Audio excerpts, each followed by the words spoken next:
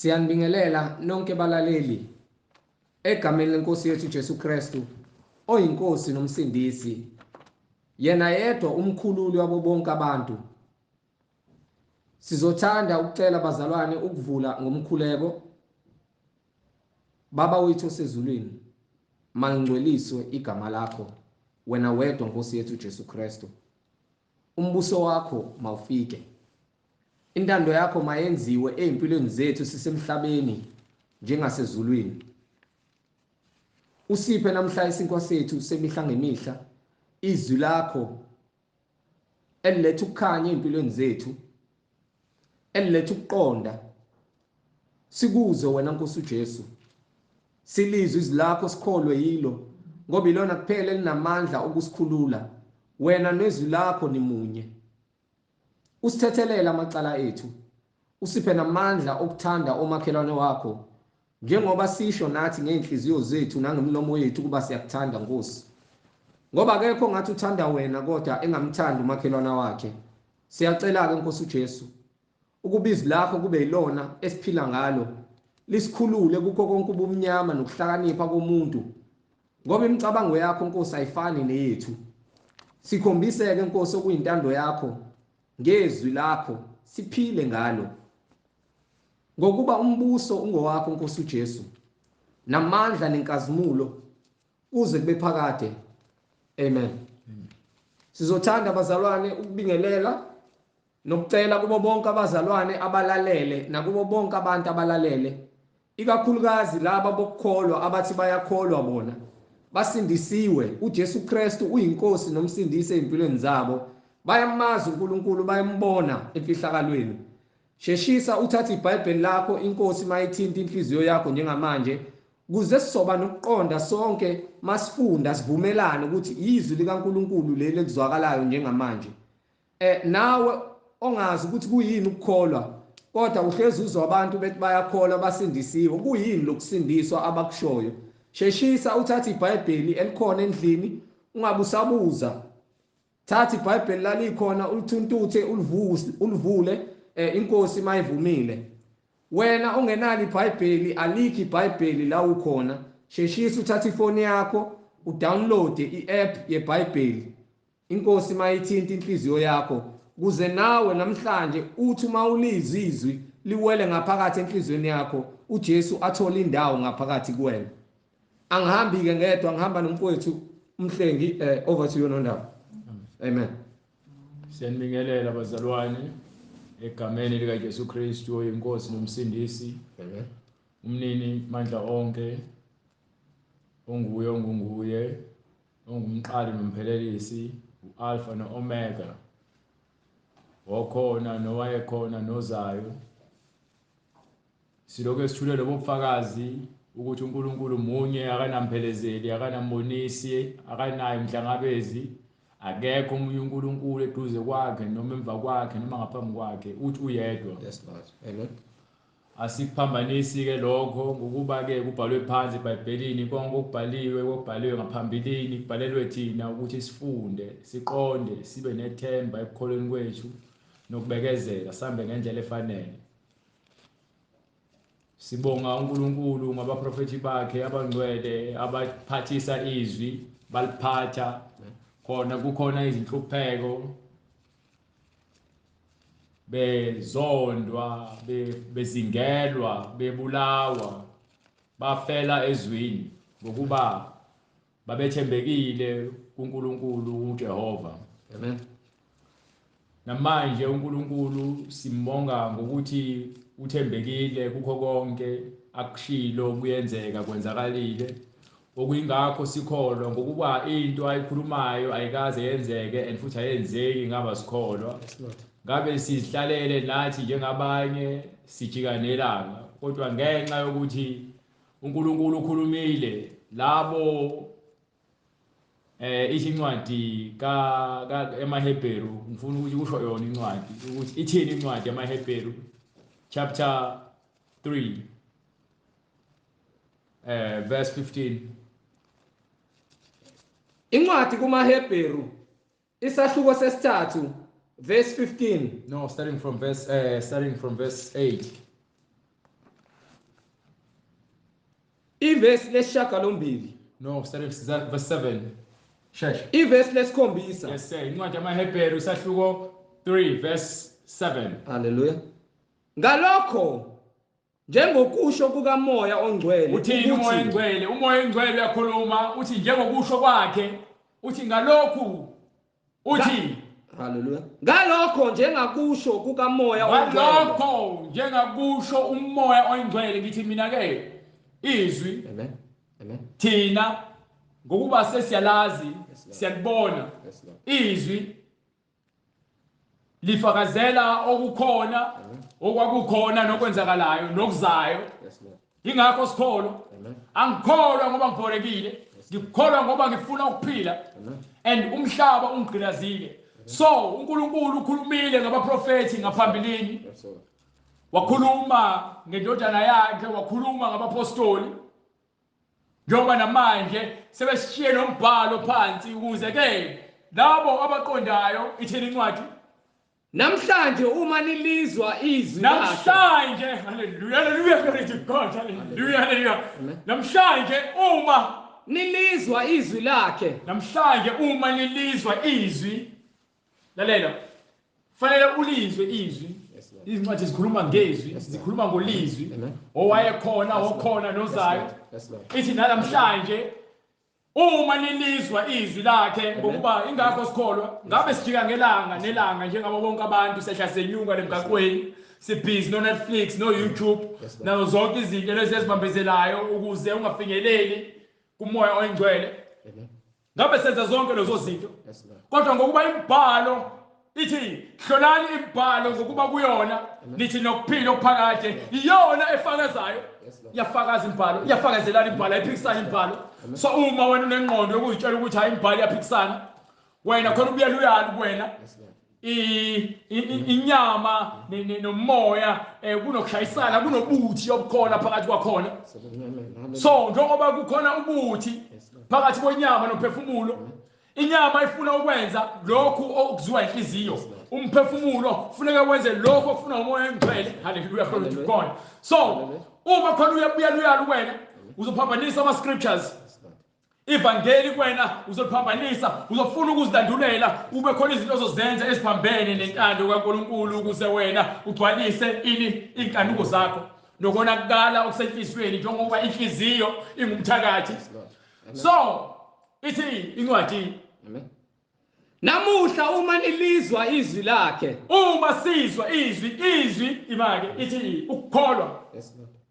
Ngifuna ngiphe incwadi yamaroma, incwadi yamaroma sahluko 1 verse 17. Fundisha incwadi kwabaseRoma isahluko sokuqala verse 17. Ngeke uthole izwi jointini. No. Izidakwe ezazikholwa esezawa uNkulunkulu waziphendula inhlekisa ngokuba ke babehamba ngendlela, bangafuna ukugcina indlela babehamba ngayo. uNkulunkulu wasenza njani? Ithi incwadi wabanikela. Yes Lord. Hallelujah. Wabanikela ekudukisweni ukuze bafeze inkanuko zabo babe yizibula. Ngoba bathi bezitshela ukuthi basile baphenduka izibula. So bahlele jointini sebedlala ngevangeli basuthi John 14. Bathi umkhumbi kaNoah bakhona uma yini ayithanda umuntu afuna ukisho menze izodakiwe kahle.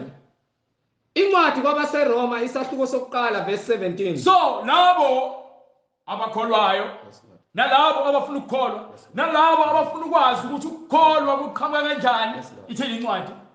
Incwadi kwabaseRoma isahluko sokuqala verse 17. Yes sir. Ngokuba ukulunga kukaNkulunkulu. Ethe verse 17 verse 16. Yes. Hallelujah. Verse 16. Yes sir. Ngokuba anginamahloni ngevangeli. Yes sir. Ngokuba lingamandla ivangeli lingamandla kaNkulunkulu, kube insindiso kulowo nalowo okholwayo. kuba insindiso komuphi? Kulowo nalowo okholwayo. Kuba insindiso kulowo nalowo okholwayo. Kodwa ukuze ukholwe, ithini incwadi? Kumjuda kuqala nomGriki. Yilowo umjuda ababeqale ngabo ukuphathiswa izwi nalabo bezizwe. Ngokuba ukulunga kukaNkulunkulu, ngokuba ukulunga kaNkulunkulu kwambulwa kulo. kuvela ekukholweni kuvela ekholweni kuyisa ekukholweni kuyiswa kuphi ekukholweni njengokulotshiwe njengokuba lalela ngitsho ukuza nalokhu kuthini nalokhu kulotshiwe yonke into esishumayelayo fanele kube yinto ebhalwe phansi njengokulotshiweyo kubhalwe phansi ukuthi olungileyo uza kuphila ngokukholwa abe lezi ndaba uzokholwa kanjani usho Isaya bazokholwa kanjani bazokwazi kanjani bengenayo uthisha bazofundisa kanjani bengathunywanga haleluya glory to God you understand so ithi incwadi kumaHebheru ke sawuyazi ukuthi ukuze ukholwe uzwe izwi kuqhamuka ngani ukuthi ulizwe qala kwincwadi yakhe ulunduzana uRoma chapter 10 verse 17 starting from verse 16 incwadi kwabaseRoma olungileyo ukuphila ngokukholwa olungileyo ukuphila ngokukholwa incwadi kwabaseRoma isahluko 10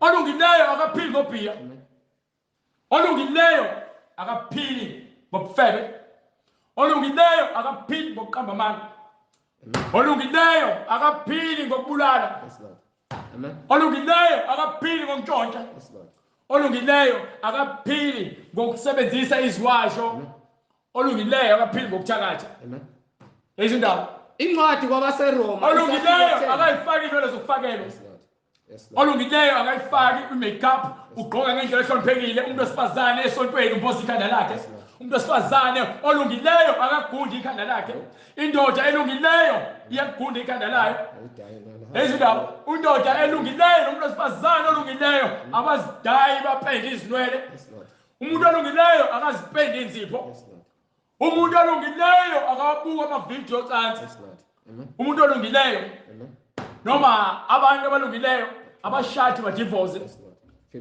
abaphili baphila ngani ngokukholwa ngokuba ukukholwa kuqhamuka kanjani na incwadi kwabaseRoma isahluko 10 verse 17 yes sir ngalokho ke ukukholwa kuvela ngokuzwa ukukholwa kuvela ngani kuvela ngokuzwa sikhuluma ngokukholwa aqhamuke ejointini umfundisi wakho endaka nayo utshwala akakholwa ezindaba ukuzwa kuvela ngezwi likaNkulunkulu ngalokho ke ukukholwa kuvela ngokuzwa kulotshiwe ukuthi ukukholwa kuvela ngokuzwa ukuzwa kuvela ngezwi likaNkulunkulu ezindaba ukukholwa kuvela ngokuzwa ukuzwa kuvela ngokuzwa izwi likaNkulunkulu izwi likaNkulunkulu ilona liletha ukukholwa ezolonto le kepha ngithi abezwanga no abezwa kahle yebo impela kepha ngithi abezwanga yini na umbuzo lowo abezwanga and futhi abezwanga abanye bayezwa basho ngathi abezwa yebo impela izwi labo liphumele emhlabeni wonke lezwi elingcwele likhishiwe uthe uJesu Kristu hambani ezizweni zonke nenza abafundi okholwayo uyakulandelwa izimpawu okholwayo uyakusindiswa ongakholwa uyakulahlwa labo abakholwayo basebeba amadodakazi kophezu konke yazi indaba besithi labo abaholwa umoya oyingcwele bangamadodakazi yazi indaba izwi labo liphumele izwi liphumele kuphi emhlabeni wonke besithi ngale maHebheru chapter 3 verse 7 ngalokho izwi liphumele emhlabeni jikelele besithi ngaphi incwadi ngalokho njengokusho kukamoya ongcwele njengokuba khuluma umoya oyingcwele uyakhuluma uthini namhlanje uma nilizwa izwi lakhe izwi liphumele umhlaba wonke namhlanje uma nilizwa izwi lakhe ningazenzi lukhuni izinhliziyo ningaqinisa amakhanda enu njengasekucunulweni abantwana bakaIsrayeli becunula uNkulunkulu ehlane ngosuku lokulingwa ehlane ezindaba belinga uNkulunkulu ehlane abantwana bakaIsrayeli uNkulunkulu wababhubhisa abanye wabashiya abanye lokho bekhuluma nalincwadi kaJeremiah chapter 1 verse 9 gijima or verse 10 bathi sebefikile emzini noma eKhanani sebenikiwe umuzi okobhoza uju nobisi baphinde baqinisa amakhanda nenhliziyo zabo bahamba bayokhonza izithombe bahamba bayohlisa impepho ezintabeni banikela abahlabela ingane zabo behlabela amadimoni. Ithini incwadi uNkulunkulu wenza njani uJeremiah? Incwadi uJeremiah isahluko sokuqala. Yes sir. Verse 10. Yebo. Bona ngiyakubeka namuhla. Uthi namhlanje ngiyakubeka. Bona ngiyakubeka namuhla phezu kwezizwe. Namhlanje ngiyakubeka phezu kwezizwe. uNkulunkulu ubeka umprofeti uJeremiah phezu kwezizwe. Yes Lord. Akayena uNkulunkulu uJeremiah. No. uJeremiah unikiwe amandla uNkulunkulu ukuthi yena akhulume izwi likaNkulunkulu ukuze abantu bezwe intando kaNkulunkulu ukuthi ufunani uNkulunkulu kubona. Yini asidalele yona. So uthini uNkulunkulu? Bona ngiyakubeka namuhla phezu kwezizwe. Ngiyakubeka namhlanje phezu kwezizwe. Naphezu kwemibuso. Naphezu kwani? Kwemibuso. Naphezu kwani? Kwemibuso. Elizwe eBhayibhelini likhuluma makhuluma ngemibuso, khuluma ngabantu ababusayo. Mabe kuthiwa amakhansela noma upresident noma ngabe kuthiwa ke abaphathi bemsebenzi. Wonke umuntu ufunakalazi izwi ngokuba ke akekho umuntu ofanele ahlulele ngokukhetha noma aphathe abantu ngendlela engafanele. Yezwi indaba. Phezu kwemibuso naphezu kwemibuso ukusiphula nokudiliza. Uthi ngiyakubeka phezu kwemibuso ukusiphula nokudiliza. Ngiyakubeka namuhla phezu kwezizwe naphezu kwemibuso. Ngiyakubeka namuhla phezu kwezizwe naphezu kwababusi. Ukusiphula. Uyasiphula nokudiliza. Izwi lisiphula isono. Lidiliza isono. Likhipha konke umuntu ongakholwa indlela yakhe esihogweni. Ukuchitha nokubhubhisa. Ukuchitha nokubhubhisa ulo muntu wahlulela lo. Njengoba kuthiwa unikwe izwi uthi uJesu Kristu wonke amandla amanikiwe emhlabeni nasezulwini. So naNkulunkulu lo umnika izwi lokwahlulela umprofeti ukwakha nokutshala ukuze futhi akhe umuntu izwi liyakha. Izwi limbewu liyatshala enhlizweni yomuntu. Hallelujah, glory to God. Asibi nenyama yakho. Angizonde umuntu. Anginankinga namuntu. Nginankinga nomoya kaSathane. Nginankinga into engilwa nento engilwelayo umphefumulo wakho. Ngilwela umphefumulo wakho. Amen. Ngokuba ke kunesikhathi esizayo uzofa ngelinye ilanga. Ngabe ukulungele yini ukubhekana noNkulunkulu uma ufa wena manje? Ngabe ukulungele yini ukuthi wena uzohlangana noNkulunkulu uma kuthi uyafa manje? Hallelujah. Are you ready to face God? Amen. Are you ready to go back and meet Him? Amen. Are you ready? Ukulungele yini ukuhlangana noNkulunkulu? Lizizwi ngiyakunika. Yes Lord. Lezi lanikwa ngumprofeti walibhalwe phansi ukuthi le message ifuneka idluliswe esizukulwaneni ngesizukulwane ngokuba labo abayisibonelo. Yes Lord. Amen. Fanele le message idluliswe ukuthi le message yaseqaleni ingakho incwadi incwadi yokuqala kaJohane. Incwadi yokuqala kaJohane. Incwadi yokuqala kaJohane isahluko sokuqala ngifuna uverse 5. Ngifuna sibatshele ukuthi le nto le akuyona into yamanje le. Hallelujah, glory to God. Hallelujah. Hallelujah. Hallelujah. Hallelujah, glory to God. Hallelujah. Incwadi isahluko sokuqala verse 5 ithini? Incwadi yokuqala yompostoli uJohane isahluko sokuqala verse 5. Yes sir. Nanti izwi Leli izwi esalizwayo kuye. Yezwi indaba. Ithi nali izwi esalizwayo imake. Akuthiwa ukuthi nali izwi esalizwa. Nali izwi esalizwayo kuye. Salizwa kuye. Yabizwa lonto le. Yingakho ngitshela ngithi ke iBhayibheli likaNkulunkulu lokuphila. Inavigator, imap, GPS. Yes Lord. Amen. Ungakubiza noma ngabe yini okuthanda ukubiza ngayo. Isinkwa semhla ngemihla. Iwayini eliphuzwayo ubisi. You understand? Amanzi okuphila. Yile igama futhi. Amen. Amen. Amanzi okuphila. Yes Lord. Hallelujah. Isihlahla. Nanti izwi. It's a tree of life. Yes Lord. Lithi yizwi esalizwa leli kuye. esalizwa kuye. Sinishumayeza lona. Sinishumayeza leli lokuthi uNkulunkulu. Sinishumayeza lona ukuthi uNkulunkulu. Sinishumayeza lona lokuthi uNkulunkulu ungukukhanya. uNkulunkulu ungukukhanya. uNkulunkulu ungukukhanya. uNkulunkulu ungukukhanya. Ubumnyama abukho kuye akatholakali ukuthi yena abe nobumnyama. Lutho akatholakali ukuthi yena abe nobumnyama nakanye.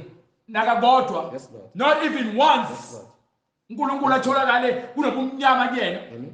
Ngokuba yena uyini ungukukhanya. Yes, Lord. Hallelujah. Kuyenzeka yini ukukhanya kube uhlobo lobumnyama? No. Angithi ke iyakutshela nje incwadi kaJohane Yes, Lord. iyokuqala Amen. verse 4. Amen. Amen. Noma isahluko sokuqala incwadi kaJohane isahluko sokuqala verse 4. Amen. Ithi Incwadi ivangeli ngokukaJohane Yes, isahluko sir. sokuqala verse 4. Yebo. Ukuphila kwakukuye. Ukuphila kwakukuye. Ukuphila kwakungukukhanya. Ukuphila kwakuyini? Kwakungukukhanya kwabantu. Ukukhanya kwabantu. Weza kokwakhe. Ukukhanya kukhanya ebumnyameni. Ukukhanya kukhanya kuphi? Ebumnyameni. Ukukhanya kukhanya kuphi? Ebumnyameni. Hallelujah. Kepha ubumnyama Ngapha abukwamukeli. umnyama akufuni ukwamukela ukukhanya. Akufuni ukwamukela ukukhanya ubumnyama. Yes, Lord. So, njengoba izwi liphumele wonke umuntu. Ingakho incwadi yamaHebheru ikutshela ukuthi uma nizwa izwi lakhe nilalele. Yes, Lord. Ukuba izwi lizwa nobungcwele, lizwa nokukholwa. Labo abakholwayo bangabantwana bakaNkulunkulu. Labo abangakholwayo bona bangabakayise Yes, Lord. uSathane. Yes, Lord. Ngisho ngoba kuthiwa umfundisi. Yes, Lord. Uma efundisa into ephambene nemfundiso kaNkulunkulu, Amen. uma ethi esontweni lakhe akanankinga ukuthi abantu balale bengashadile, uma engenankinga ukuthi lo mfundisi abantu besifazane esontweni lakhe bagqoka amabhluwe, lo umfundisi kaSathane, uma ethi abantu besifazane bame ku-pulpit bashumayele, lo umfundisi kaSathane. Ngoba yini yonke libhole phansi ngicela ungiphe incwadi yamaRoma chapter 15. Amen. Verse 4. Incwadi yamaRoma chapter 15 verse 4. Hallelujah. Yes sir. Incwadi kwabaseRoma isahluko 15. Yes, sir. Verse 4. Ngokuba konke. Ithini? Ngokuba konke. Yalizwe legama ithi ngokuba Konke. konke akushiwanga ukuthi okunye kwabo. Okwalotshwa Ngokuba ngaphambili. konke. Amen. Bonke mekuthiwa into yonke kusho ukuthi yonke into ekhona eBhayibhelini. Amen. Yonke Yes, Lord. umuntu ofundisayo ngeBhayibheli kufanele ayazi Yes, ngokuba konke Amen. okwabhalwa ngaphambili kwalotshelwa ngaphambili kwalotshelwa ukuthi ukufundiswa ukuze ufundiswe kwethu ngobani kwethu ufundiswa ngobani ukufundiswa kwethu yenzo lonto le uma ukuthi iBhayibheli akulona lethu obani kuthutshele izilwane azikwazi ukufunda bangixaka abantu baphuma ezilwaneni kodwa iBhayibheli itshela kahle uzoqhamuka khombisa bona ukuthi abantu badukile liyasho iBhayibheli ukuthi abantu bami bayaphela bayabhubha ngokuba banalwazi abantu bami bayaphela ngokuba banalwazi ithi konke okwabhalwa noma kulotshiwe ngaphambilini kulotshelwe thina ukufundiswa kwethu ukuze sifundiswe ngitsheleke wena ozongitshela ukuthi wena uphethe iBhayibheli uphambi kwepulpit uthi abantu besifazane bahlale emkipitweni Hallelujah.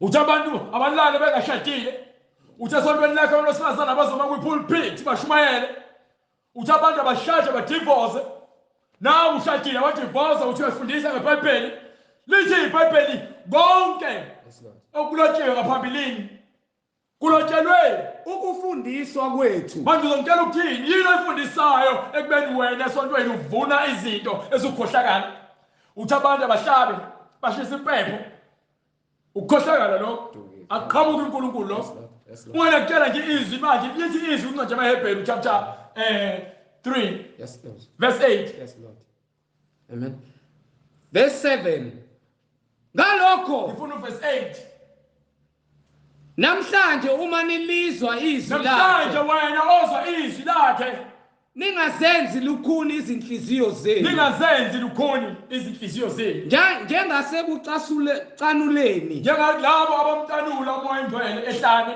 ngosuku lokulingwa ehlane ezindaba balingwa ehlane bangena ezilingweni lapho oyihlo bangilinga benza njani bangilinga bengihlola bona belinga uNkulunkulu behlola uNkulunkulu noma bebona imisebenzi yami phezu kwakho konke izibonakaliso azenzile phambi kwabo ebavezela ukukhulu bakhe iminyaka engamashumi amane 40 years bafuna ukudla ubanika ukudla, banika isikho sezezulwini, bafuna inyama ubanika inyama, ubanika amanzi, bafukela ngamanzi ubanika amanzi, yonke into phuma amanzi edwaleni, qhamuka isikho ezulwini. Ezindaba abazange benele, wathi uMoses ebiziwe entabeni, basala benze ithole leduna, balibeka begolide, bakhonza lona, bakhonza lona ngaphezu komdali. uNkulunkulu wamtanula loo nto leyo. Ingakho wayesebatshela kwincwadi kaDuteronomy chapter 32 verse 21. Wayesebatshela kwincwadi kaDuteronomy kungakwenzeki okunye kwabo ukuthi uma bengalaleli, hallelujah, glory to God, ukuze impalo ngobufakazi ukuthi uNkulunkulu wakhuluma, so awunakuzilandulela ezindaba, awunakuzilandulela. Incwadi uDuteronomy isahluko 32 verse 21. Bangivusela umhawu. Izindaba ithi uNkulunkulu anomona. Kwincwadi Exodus chapter 20 verse 3 verse 4 ithi uNkulunkulu anomona. Singakhonza abanye uNkulunkulu, singakhonza izithombe, singakhothameli abantu noma izinto ezidaliwe.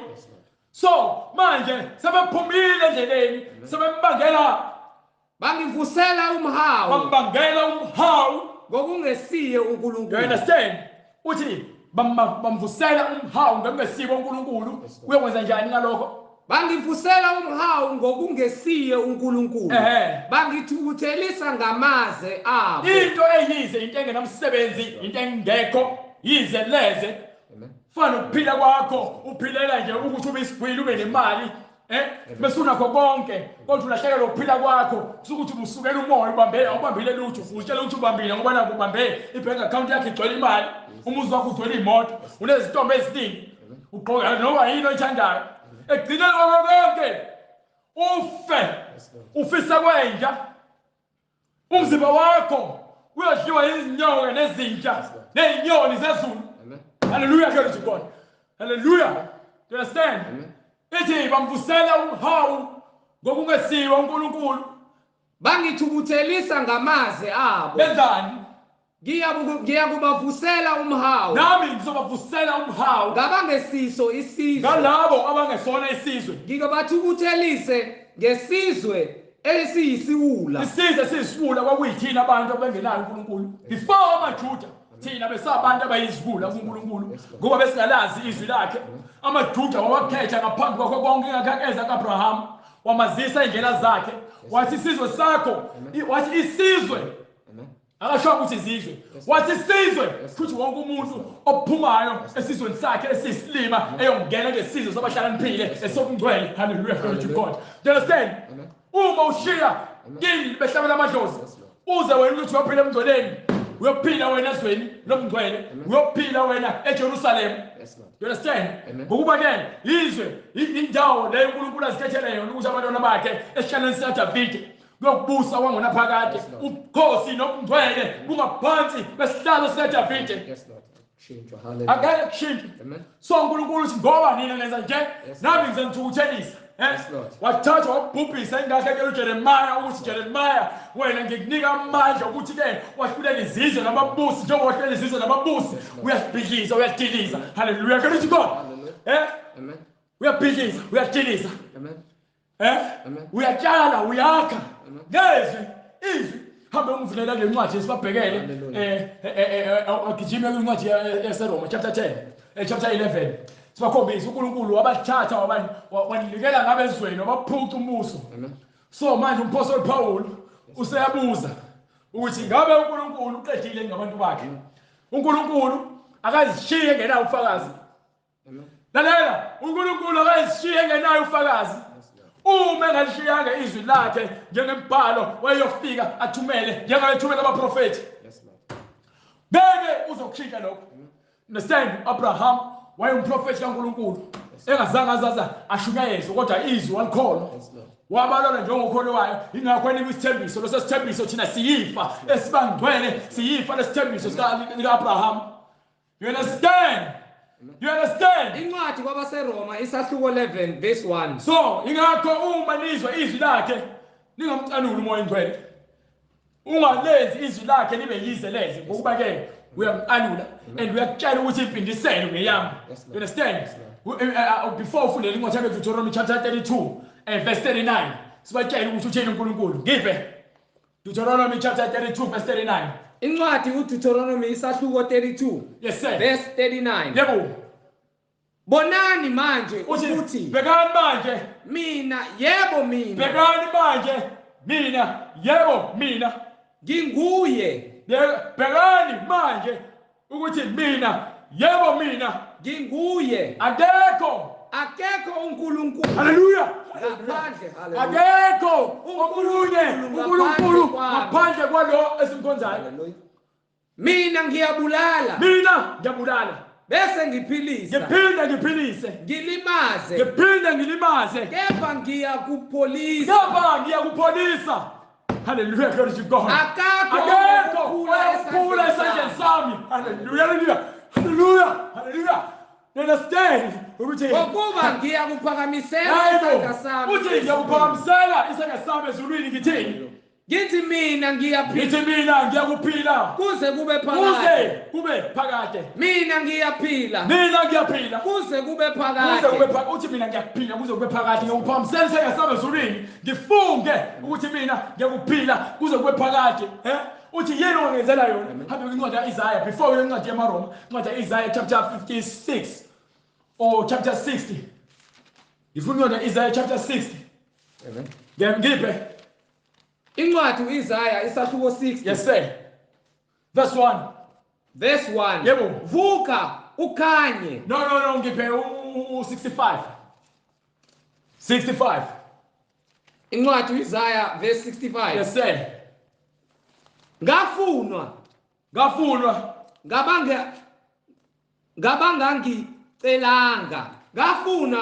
ngabangangicelanga. Leso is prophet. Ngafunywana. Uthi ngafunwa yilabo ngabangangicelanga. Azange abantu bezizwe ingakho ngale kule ncwadi yathi Deuteronomy yathi ke ngiyakunenzela intukuthelo, ngiyanibangela umhawu ngabantu abangesona isizwe. Ngokuba ivangeli uJesu Kristu mesehamba uthi leli ivangeli hambana lishumayela ezizweni zonke. Ngafunyana ngabangangifunanga. Aphinda uJesu Kristu komunye umbhalo ke ngizenza lezi zimvu lezi. Kodwa khona lezi izimvu ezingalona lohlobo leli kumele ngizilande zidle ndawonye nalezi zimvu. You understand? Hallelujah, glory to God. Athi uNkulunkulu ke imvu nebhubesi yakudla ndawonye. Hallelujah, glory to God. Hallelujah, glory to God. You understand? So uthi wafunwa watholwa yilabo abangazange bamfune. Yes Lord. You understand? Azange bamcele. Amen. Ngathi ngibhekeni kuso isizwe esingabizwanga ngegama lami. So isizwe esingabizwa ngoba uIsrael isizwe sakhe. Thina abantu bezizwe asibona abantu bakhe sizivula. So manje uNkulunkulu yini esinamenzela yona thina? Ngokuyabuza kwincwadi yaIsaiah chapter 66 verse 1. Uthini uNkulunkulu? Isaiah chapter 66 verse 1. Usho kanje uJehova uthi kanje uNkulunkulu, izulu liyisihlalo sami. So uma izulu isihlalo sakhe sobukhosi, umhlaba uyisinabelo sezinyawo zakhe. Nathi lasikhona uNkulunkulu isindawo lenabela khona ngeenyawo zakhe. Iphi leyo ndlu? Nina ngamakhela yona uNkulunkulu. Ebeniyaku ngakhela yona. Abantu abaningi bakha amasonto bese bathi indlu kaNkulunkulu. uNkulunkulu uma ingekho imfundiso yakhe. And futhi manje indlu yakhe uNkulunkulu akuseyona indawo le nihlangana khona. Hallelujah, glory to God. Umzimba wakho ithempeli likaNkulunkulu. uNkulunkulu akahlali emathempeleni enziwe ngezandla. Hallelujah, glory to God. Hallelujah. You understand? iBhayibheli aliziphikisi. Wena udinga nje ukuthi uvuleke uqonde. Yizonto le izulu elakhe. Amen. Umhlaba owakhe. Isihogo esakhe sakhe oyena. Sakhele labo abangafuni ukuzwa. Ezindaba uNkulunkulu nomusa nothando. Kodwa labo abangafuni ukuzwa bona bafanele ukungena esihogweni. Yes, ngipheke manje sibheke ukuthi ngesikhathi seqedile ngabantu abangafuni ukuzwa. Lapha kwincwadi yamaroma chapter 10, chapter 11 from verse 1 sike sizwe uApostle Paul uthi Hallelujah. ngiphe Ngalokho incwadi kwabaseRoma isahluko 11 verse 1. Ngalokho ngithi Yes, sir. uNkulunkulu usilahlile isizwe sakhe na? angithi wasikhethe isizwe waqala ku-Abraham wandisa inzalo kwaze kwaba babaningi banda e-Egypt eGibhithe baba inkulungwane ngeenkulungwane emva kwaloko wabakhipha ngesandla sakhe esiphakeme the sebakhiphile wahamba wabawelisa ulwandle ngamandla akhe wahlukanisa ulwandle phakathi nendawo ukuze bahambe emhlabathini owomile bahamba bentshekedula bejabula bathi balandela abaseGibhithe bambozwa amanzi kwaphela ngabo wafika uNkulunkulu ngale wabeka ehlane ubahambisa ehlane bafika baqala bacomplaina kuMoses Moses benza konke ukungcola uNkulunkulu akamfuni umuntu ocomplainayo ngokuba uNkulunkulu onomusa ukunikile umusa wena ubongi ingakho ukuphuma uhambe uyolanda iziwasho ingakho ukuphuma uhambe uyolanda imithi yokuthakatha ngoba ubongi uthi uyakholwa kodwa manje wena wenza izinto semhlabeni uthi uyakholwa usindisiwe kodwa ngomzimba ngoba yena ubongi nithi niphila ngaphansi komusa nichaphaza ithempeli likaNkulunkulu nisifica ngokugwayi nangotshwala nikhohlakele bonke ababesehlane 4 years uNkulunkulu wathi ngeke nize niye eKhanani nina ngoba inizwa wasibhubhisa sonke leso sizukulwane washiya labo abenza ilando yakhe nababefuna wayazi ukuthi bazomlalela kodwa endleleni wayazi ukuthi abanye babo bazophinde bawe futhi bonke bakwenza uNkulunkulu nomusa so ngesikhathi esebalethile eKhanani beqala bona uthumela abaprofeti bayebazingela abaprofeti bafuna ukubabulala abaprofeti uNkulunkulu wathi ke kulungile ngiyabanikela abahambe baye eBhabhiloni aweze amakhosi aseBhabhiloni azobathatha bayobeyiqila 70 years beyiqile eBhabhiloni ethi uNkulunkulu uzobakhulula ngesandla sakhe kubhalwe phansi eBhayibhelini kwenzeka ingakho sithi yakholwa nje ngokuba yinto eyafika ikhuluma ngomlomo before yenzeke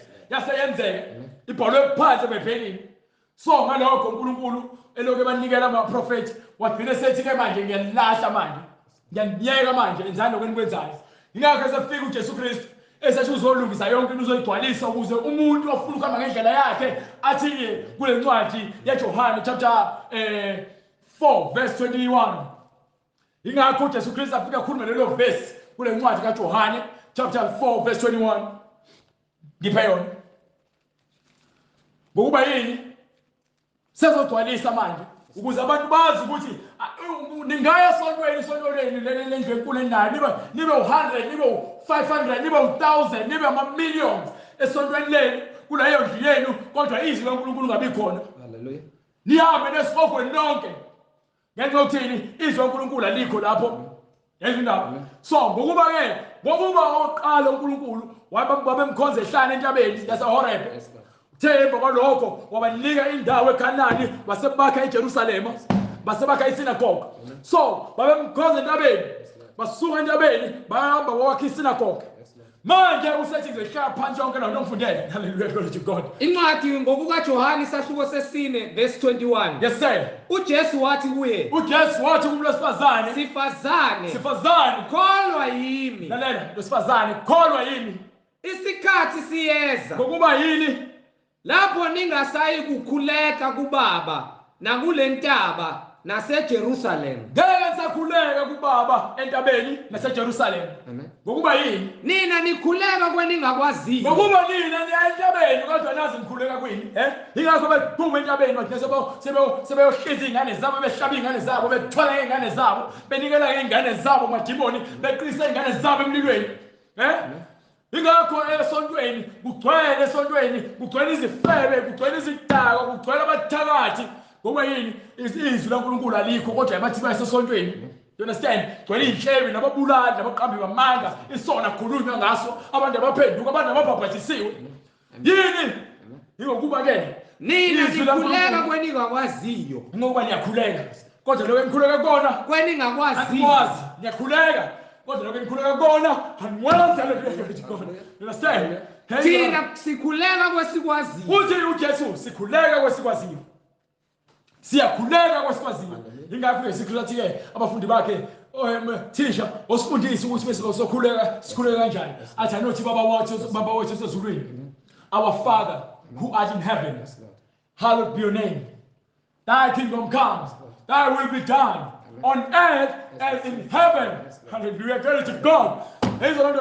So uma ke sebazi ukuthi uNkulunkulu abuphi usezulwini, angekho emsamo, angekho olwandle, angekho ematsheni, angekho entabeni. uNkulunkulu wethu usemazulwini. Wenzani? Wenza konke okuthandayo. Ngokuba insindiso ivela kubaJuda. Insindiso yanikwa abaJuda. Hallelujah. Wayinika uAbraham, inzalo uAbraham wabasindisa, wanika izwi lensindiso, izwi lobungcwele.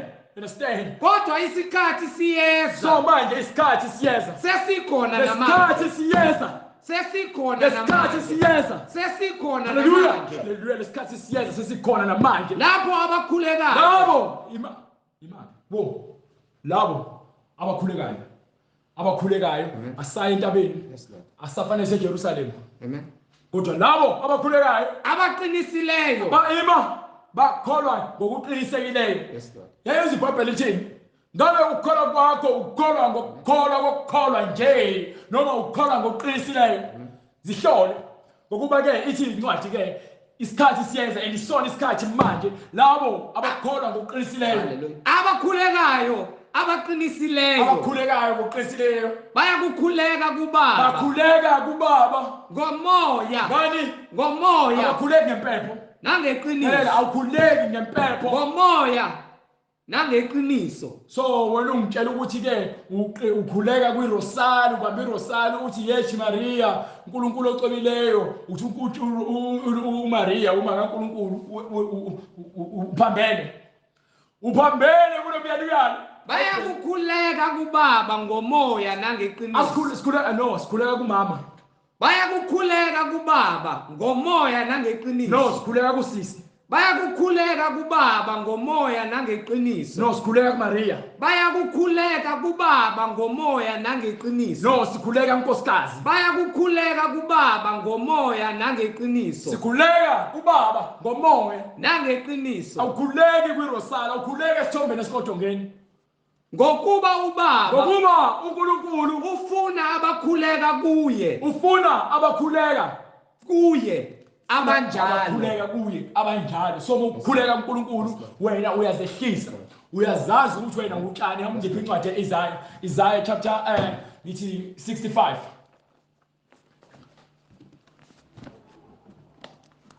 Ngiphi Isaiah 55. Incwadi Isaiah isahluko 65. Hallelujah.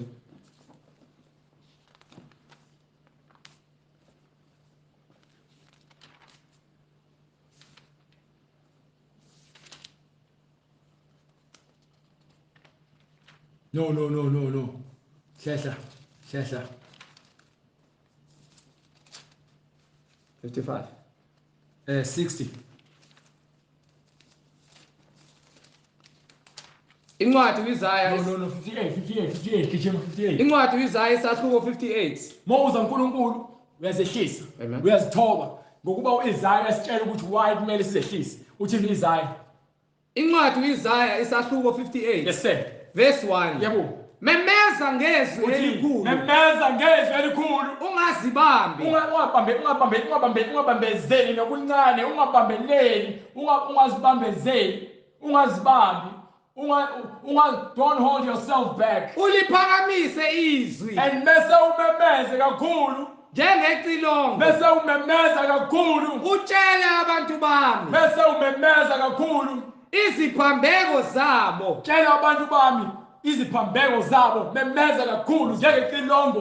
Memeze kakhulu. Utshela abantu bami iziphambeko zabo. Indlu kaJakobe izono zayo. Ezindaba. Hallelujah. Memeza kakhulu. Yes Lord. Memeza ngezwi elikhulu. Ungazibambi. Uliphakamise izwi njengecilongo, utshele abantu bami iziphambeko zabo. Tshele abantu iziphambeko zabo. indlu kaJakobe izono zayo. Ezindaba kufuneka wazi ukuthi wena uma uthi ungcwele ungahambi ngendlela kaNkulunkulu nangemiyalelo yakhe. uNkulunkulu ukhiphile izwi lakhe, wakhipha abaprofeti, wakhipha abapostoli, wakhipha abafundisi, wakhipha othisha ukuze bafundise ngezwi. Abafundisi beqiniso, abantu abangcwele abagcotshiwe ngokamoya engcwele. Ingakho uNkulunkulu uJesu Kristu ethi ke abakholwayo bakholwa ngokweqiniso, bebekhuleka bakhuleka ngokomoya kuBaba osezulwini. Abakhuleka ezihlahleni, abakhuleka entabeni, khuleka ngokomoya ngokuba ke umzimba wakho ithempeli kaNkulunkulu. uNkulunkulu ungumoya. uNkulunkulu ungumoya. Abakhuleka kuye, labo abakhuleka kuye bafanele ukukhuleka kufanele bese ngokomoya ngokomoya nangokweqiniso. Kusho ukuthi ke umoya weqiniso uphila kwena. Yilokho kuchazwayo ukuthi umoya weqiniso uphila kwena. So uma ukhuleka ingoba uqinisile, uyayazi into ekhulekelayo, uyazi ukhuleka kubani. Khuleka kumoya oyingcwele neqiniso. You understand? Incwadi ngokukaJohane isahluko sesine verse 24. uNkulunkulu ungumoya. uNkulunkulu ungumoya. Abakhuleka kuye, labo abakhuleka kuye bafanele ukukhuleka ngomoya fanele bakhuleke ngomoya nangeqiniso.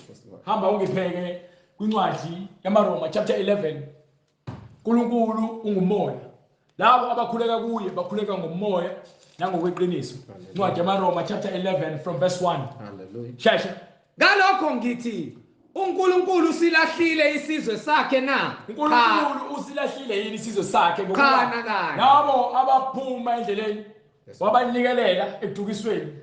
Isho njalo incwadi yamaRoma chapter 1 ethi abafunanga umazi uNkulunkulu wabanikela intukuthelo yakhe ingakho iqhamuka ezulwini. Kulabo abangafunanga ukwamukela iqiniso baphendula inkazimulo kaNkulunkulu bakhonza okudaliweyo kunomdali.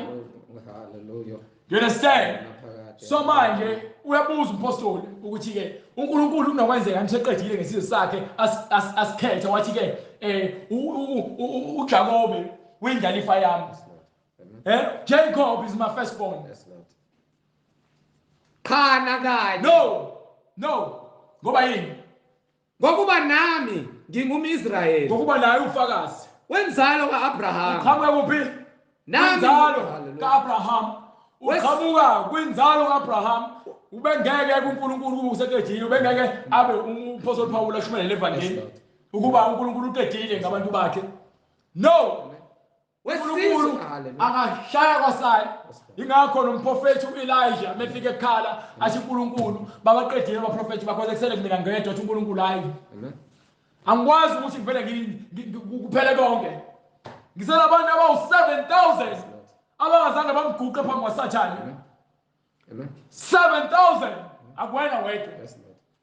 So wazi ukuthi uNkulunkulu amaJuda akakuqedi ngawo. Bakhona abangcwele abakholwa ngokweqiniso, abantwana bakwa-Israyeli amaJuda. Njengoba kukhona nabezizwe, angithi uPeter oqala ushumela abantu bezizwe. Umpostoli Paul oselandela ngemuva. Nompostoli Paul umzukwane efika nje wa-Izwi afika kuthiwa hamba ushumela abantu bezizwe. uPetru wasehlalele esethi wakhuleka. Wayesekhazimula uNkulunkulu kuyena. Wameshisela ishide elimhlophe lamafukhona u4. Wambezela zonke izihlobo zezilwane. Wathi hlabudle, wathi uNkulunkulu, wathi uPeter ngakudla kanjani ungekho clean. Wathi uNkulunkulu ungathi into esengigcobile uthi ngcolile. Ngigezile. Hallelujah. Wayesefuna ukwazi ukuthini lento wasemthethweni noma ushumayela ivangeli kulabo bezizwe. Cornelius ethi Cornelius ndoda ethanda uNkulunkulu. Nendlu yakhe yonke wahamba ushumayela kubantu bezizwe. Hallelujah, glory to God. Hallelujah. Bathi shumayela babe bekholwa wahlumayela engcwele bahlela kubona baqala bakhuluma ngezilimi njengoba umoya banika ukuphimsela. Hallelujah, bangena emanzini babhabhathizwa ngegama likaJesu Kristu. Hallelujah, glory to God. Hallelujah. Apostle Paul uyashumayela ufundisa abantu baseJerusalem namaJuda. Mina babephika athi ngigeza izandla zami igazi lena ligeza izandla zami igazi lena izandla zenu. Ngalokho ke mina ngimsula phambi kwenu ngokuba ngikhombisile ukuthi angifuni unina ukusindiswa. Sengiyahamba ngiyoshumayela ivangeli kwabezizwe. You understand? Yini uNkulunkulu akazishiyi engenabo ubufakazi. Uthi ngiyahamba ngiyofuna ngiyozinikela kulabo abangazange bangifune ukukhuluma nabantu bezizwe ukuthi ke azange bangicele Yes, Lord. ngizizele kubona bangamkela. Hallelujah, glory to God. You understand? Amen. So uma ithi incwadi ke ngabe uNkulunkulu uqedile yini ngesizwe sakhe athi umpostoli Paulo cha. Amen. Nami Amen. ngingumJuda. Nami Israel. hallelujah. Nami ngingumIsrayeli. Nami ngumIsrael. Wenzalo kaAbraham. Ngiyinzalo Abraham. Wesizwe sakwaBenjamin. Isizwe sakaBenjamin. uNkulunkulu akasilahlanga isizwe sakhe. uNkulunkulu azange asilahle isizwe sakhe. Ayesazi ngaphambili. Leso asiqamba ngaphambili. Kumbe anazi yini ukuthi umbhalo uthini? Umbhalo khona umbhalo khona. Ngo-Eliya. uEliya yayizwa indaba Eliya iyaqhamuka ithini? Ukuba umangalela uIsrayeli kuNkulunkulu ngokuthi uIsrael ubona ukuthi usephelile ngesizwe sakhe Israel uEliya meyedwa ngokubuka kwakhe ingakho esekuthandaza uNkulunkulu. Amen. Ngoba wesebaleke hambe kahla ethi uNkulunkulu ngisele ngedwa bafuna nami ukuqedla ngami. Nkosi babulele abaprofeti bakho. uNkulunkulu babaqedile abaprofeti bakho. Badilizile ama-altar onke. Base bediliza indawo zokukhonza zakho uNkulunkulu. Mina ngisele ngedwa. Cabanga kwakho ukuthi usele yedwa. Sebefuna ukungibulala nami na. Jezebel lo obhizi obulala abaprofeti bakaNkulunkulu. Kepha impendulo kaNkulunkulu ithini kuye na? Wathini uNkulunkulu? Ithi ngizishiyele amadoda ayizinkulungwana eziyisikhombisa. Yezo shiya amadoda ayinkulungwane eziyisikhombisa angenzanga yini. Angaguqanga ngamadolo. Omunye wabo ongekaze aguqele uSathane. Ngeke ngiguqele mina ukuthi ngivume ukuthi umuntu wesilisa athi umuntu wesifazane. Ngeke ngivumele mina ukuthi ke kumuntu wesifazane phambi kwepulpit ashumayele athi uyangishumayela ngevangeli. Yes, man. Ngeke ngize ngivume mina ukuthi umuntu athi ke uhulumeni abantu abesifazane abakhipha izisu. Ngeke ngivume lokho. Ngizoshumayela ngalonto leyo. Ngoba yini? Kubhalwe phansi. Yes, Lord. Ngeke ngize ngivume mina umuntu oqhamuka nokucwasa. Uma unenhliziyo yokucwasa, ngeke ngize ngikuvume. Ngizoshumayela ngawe ukuthi wena wisoni ngokuba iBhayibheli lithini thanda umakhelwane wakho njengoba uzithanda. Uma uthi wena ke hayi ngokuba ke amabhunu ayebulala obaba bethu noma ke uthi abiza abantu bangaphandle bayiza amakorekwele lithi ngoba dayisa ama drugs. Nani nje niyawadla ama drugs? Yini ningaweka ama drugs khona benziwe ukuwadayisa ama drugs? Amaphoyisa nawo anomkhoshosho wenza edayiswa ngama drugs ngoba ayafumbathiswa. iBhayibheli likhuluma ngayo yonke into uthemba wahlulela imibuso ubhidlize yonke into. Hallelujah, glory to God. Hallelujah. Hey lonto le. Ngokuba yini bonke bonakele akekho ofuna ukwenza intando kaNkulunkulu. So nobani uzama ukwenza indlela yokuzidandulela ekoneni kwakhe. Ikhanda liyagula lonke. Lonke ikhanda liyagula. Iyona into eyenzeka ke nje ukuthi uEliya azakhale uNkulunkulu athi bonke baphelile. Wathi uNkulunkulu bakhona. Siyazi bakhona abaphila umngcwele bangempela. Baningi. You understand? Kodwa ke ababaningi njengabantu abayizoni. Baningi abantu abayizoni. Baningi abantu abayizoni. Amen. Baningi abantu abaphila kamnandi emnyameni ngaphezulu kwabantu abasindisiwe. Kodwa ngoba bakhona abasindisiwe uNkulunkulu uhleze ezishela ingcosana. Le kwelakhe ukuba wathi neqala isizwe sakwaIsrael sasingcosana. Azange siqale nje kwavele kwayisizwe. Waqala ngomuntu oyedwa Abraham wathola Isaac wathola uJakobe noEsau. uJakobe wayesethola amadodana awu-12. So wena lapho usandisizwe babehlala eGibhithe babe-72. Babephuma eGibhithe babe-600,000. Hallelujah to God. Understand? So uNkulunkulu akazishiyi engenabo ubufakazi. Namanje umprofethi uIsaya uyakutshela ukuthi uthi uNkulunkulu washiya kusakhona abantu abangu-7,000 abangakoguqela uSathane. Ngamane ngife kunokuthi ngamukele imfundiso yamanga. Ngingamane ngife kunokuthi ngivumelane nento engasile uNkulunkulu ephambene nayo. uNkulunkulu umethi into akumele yenzeke ngaphansi kwendlu yakhe. Mina ngimele ukuthi amen. Amen. Amen. You understand? So asinakujika ivangeli ngenxa yokuthi sifuna ukuzinengela la kunina. No. Sohlala sibe kusisekelo seqiniso. Ukuba ke ukuphila kwethu uthi ke insindise ngamaJuda. Kodwa siyazi isikhathi ukuthi labo abakhuleka uNkulunkulu abafuna uNkulunkulu weqiniso bamfuna ngokomoya nangoweqiniso. So namanje ke siyakhuleka uNkulunkulu sezehlisa siyalamukela izwi lakhe ngokuba uthe umzimba yethu ithempeli lakhe. Ithempeli lakhe kufanele liphile ngomgcwele. Indlela yethu kufanele ibe ngcwele. Inkulumo yethu kufanele ibe ngcwele. Ukuhamba kwethu kufanele kube ngcwele. Ukugqoka kwethu kufanele kube ngcwele. Amen. Ngoba yini uNkulunkulu wethu ungcwele. uthi ufuna sibe ngcwele ngokuba yini ungcwele ungcwele akuyona indaba yokudlala akuyona masigcozi ezindaba no.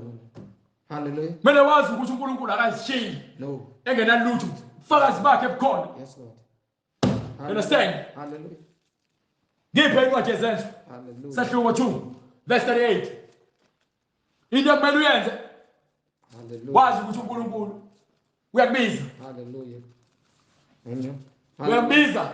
Yes, Lord. Amen. Dijeni. Incwadi izenzi isahluko sesibili verse 37. Yes sir. Sebekuzwa bahlabela enhlizweni bathi kuPetru nakwabanye abapostoli, madoda bazalwane siyakwenze njani na? Yini ekumele siyenze manje? uPetru wayesethi uPetru phendukani. hayi into ekumele siyenze phenduke ezonweni zethu shiya konke okungahambisani uNkulunkulu shiya konke umsebenzi yakho enyama yomngcolo uze uNkulunkulu uzohlala ekusindisweni ukuze ukuthi ke kumnandi kanjani ukuphila ungenabo ubuyaluyana nomsindo uphila nje ngokukholwa udle izwi insuku zonke imihla yonke uphile ngezwi awushiye konke lokho okungenasebenzi awushiye unkipinto nomjolo nokufebe no shiye lokugwayi nokubhema shiye ukuqamba amanga uyeke zonke lezi zinto lezi phendukani shipho odla likabhiki washiye bonke ababenzile engasile uye ukugunda ikhanda lakho ulidwebe izinto ongazazi uye ukudoma mathathu ukhipha bonke nama-chains namagolide ney'nwele zokufakelwa kanye ne-makeup ukulahle lapha thatha isikete esithi usigqoke esingakubambi fake impahla ezikuvikela ezikukhombisayo ukuthi wena ungcwele ezindaba gqoke ngendlela yokungcwele fana sikwazi ukuthi besibuka sihlukanise ukuthi lokhu kungcwele lokhu okwezwe. Understand? Ngokuba uthi uNkulunkulu laba kuyena abayibona abangani nezwe. No Lord. Yes Lord. Sibona abangani bezwe singaphila nabo sihleke nabo sibathande kodwa sikwenzi lokho abakwenzayo ingakho incwadi ithi ke phumani kubona. Yes Lord. Hallelujah. Ningashiye ningathinti lutho ongcolile. Yes Lord. Ngiyekuba ngubaba kunina nibe ngabantwana kimi njengoba phakathi kwenu ngiphile kunina. Phumani kubona. Phendukani.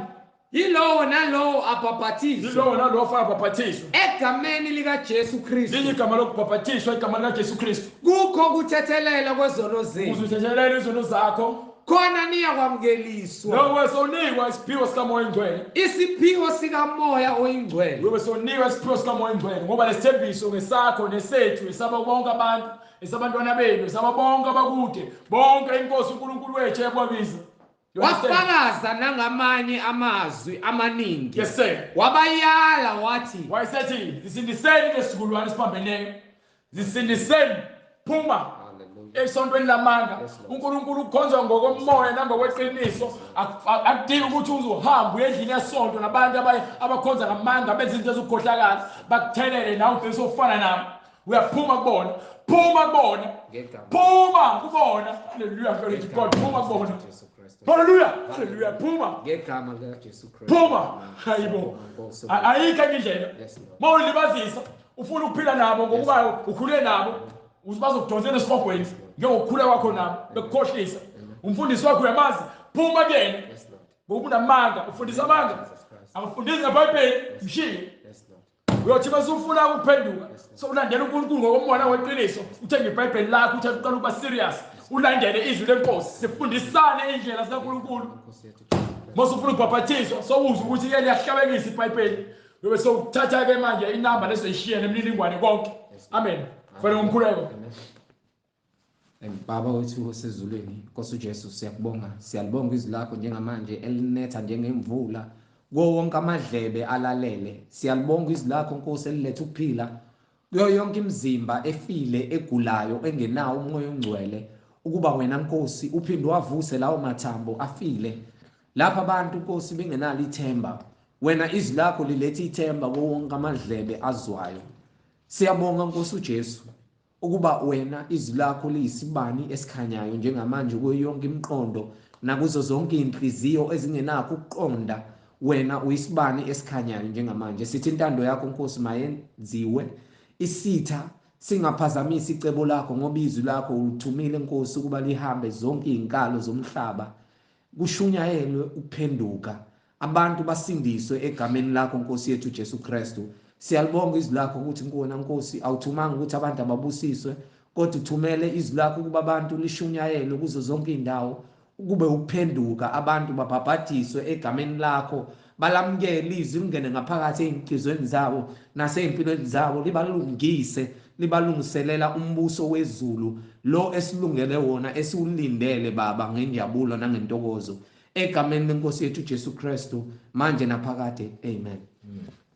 Bazalwane, soyishiya inamba, soyishiya imininingwane yokuxhumana, ikakhulukazi laba abafuna ukubhabhadiswa nalabo abanemibuzo abafundisi babo abahluleke ukuyiphendula nabasabayo ukubabuza, ungasenda ku WhatsApp noma usende i-email ukuze sizoba nokuxhumana. Thatha ipeni ubhale njengamanje imininingwane.